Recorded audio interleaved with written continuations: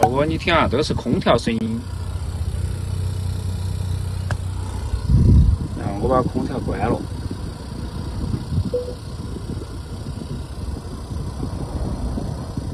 呀，关了就没得声音了。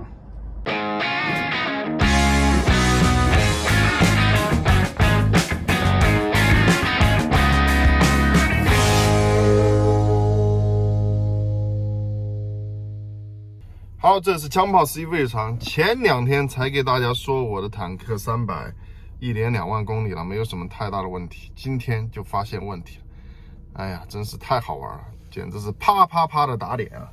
我们今天就来看看到底发生了什么吧。前段时间不是天气特别热吗？朋友开我的车的时候，打开空调就发生了这样。好的，开启空调。不知道你们能不能听见啊？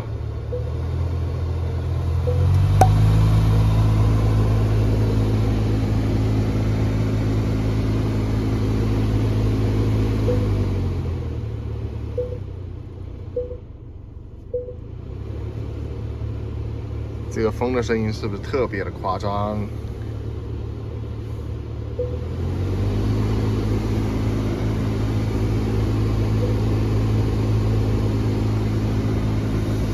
好吧，现在就准备去看一看吧，来去4S店。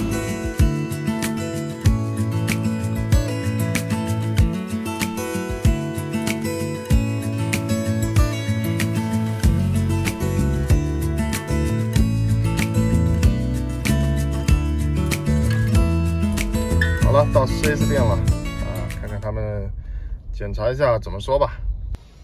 每次到4S店呢，车都特别多，今天也不例外。不过还好啊，展厅的坦克500的展车到了，那咱们就先去看看吧。车长超过了4.8米的坦克500呢，确实看起来不错。不过它的前脸呢，我就持保留意见了，我觉得确实前脸要一般一点。在主驾位的左侧的这个 A 柱上呢，也有一个摄像头，估计以后在人脸识别上或者疲劳监控上应该有用吧。整体的内饰的感觉呢，还是挺棒的，做工都还是比较细腻，而且配色和用料质感都非常的不错。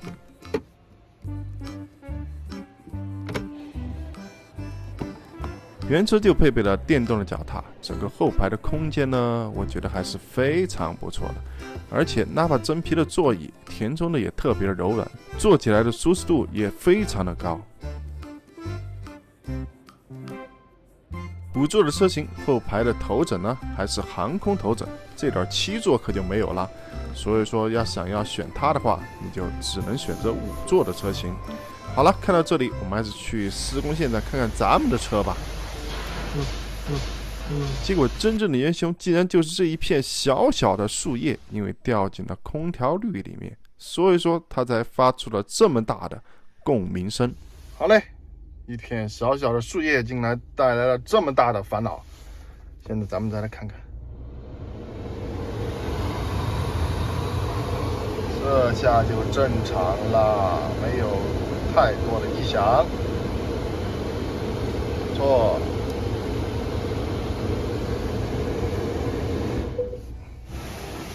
最后洗车走人没想到是这么有趣的一个问题。洗车把我的牌洗烂了，哎呀，太猛了，这下尴尬。好吧，今天这个太好玩了，就是空调这个滤芯里面掉了一片树叶进去前不久才做了保养，我是说怎么会出现这种问题这么大的这个共振，这么大的声音当然开始我以为是手套箱的东西在共振，不过人家这个维修师傅还是挺厉害的，一来就知道肯定是掉东西进去了马上就把你问题排除了。